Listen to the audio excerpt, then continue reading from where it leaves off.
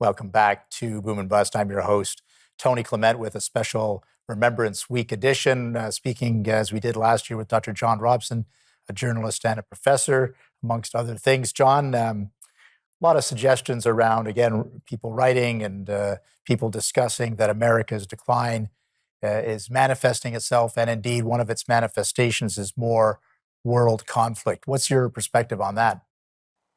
All those people who were talking enthusiastically about the passing of American hegemony, I say, be careful what you wish for. Yeah. People who are saying, oh, yeah, China is the next power and won't it be wonderful? We're so tired of those arrogant Americans.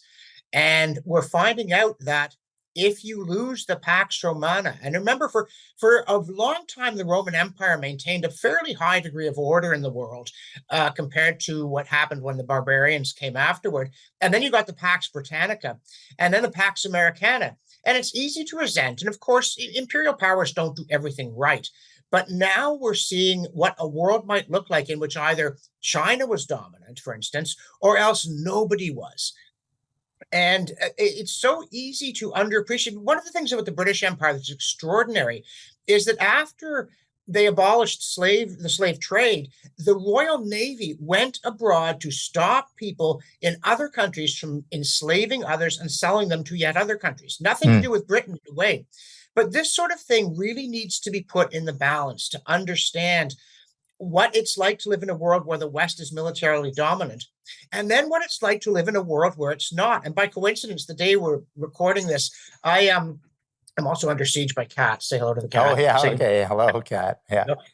I was talking about the fall of the Roman Empire, at least the political fall of it, and Rome gets sacked, and arguing that a lot of the cultural and indeed religious aspects of the Christianized empire fortunately lived on. Right. But to look at the fall of an empire and ask, well, how did it happen?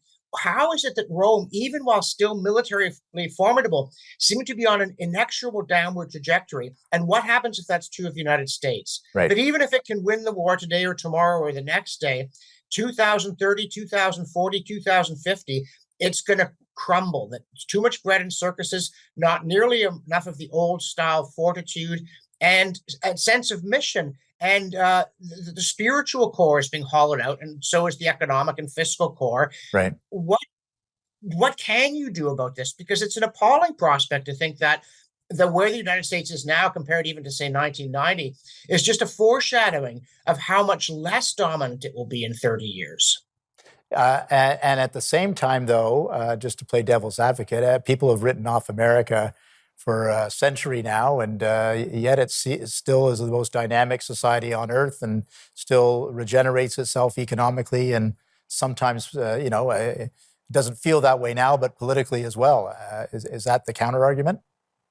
It is, and it's an important one. I mean, again, people who think the Chinese economy is the way of the future, it seems to me know very little about the Chinese Yeah. economy.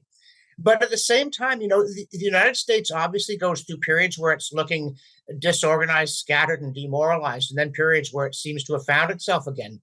And societies can pull themselves together. Victorian Britain is a very interesting example of the late 18th century. Britain was looking very decadent and troubled, and then there was a real kind of rebirth. William Mhm. Wilberforce and company didn't just fight slavery. They also promoted Christianity and moral conduct. And it's certainly possible that something along those lines can happen. But it's also clear to me that something along those lines needs to happen. You can't just sit there and say, yeah, whatever, we're decadent, but that's fine. We've been decadent before. You have to say, and we better stop. And one of the most ominous things, the United States was always an outlier in the Western world. Well, for a long time it was, because Christianity had really faded among the populace and in official culture in Europe and to some extent in Canada long ago, but in the United States, it hadn't until recently. Right. And when the first time ever in American history, there's now a partisan divide reflected in church attendance. So, yes, the United States can have another great awakening, but it needs one. And it's not going to get there on a wave of hedonism. That's not what restores national vitality. No, and indeed, we're seeing that this is, as you say, playing out in partisanship and other things too. So it might be a dire time. I'm going to ask one more question, and but don't answer it until after the break, because I want to allow you a time to have a full answer on this. It's not my only question, but it's my next question, I guess. And I want to talk a little bit more about Russia and China. Obviously, they're doing a lot to undermine and displace the liberal democratic order, if we can call the post-World War II order that. And the question is, the indices of whether they're succeeding or not. So, John, hold that thought. We're going to take another brief break. We'll be back with our guest after a few short messages. Please stay with us.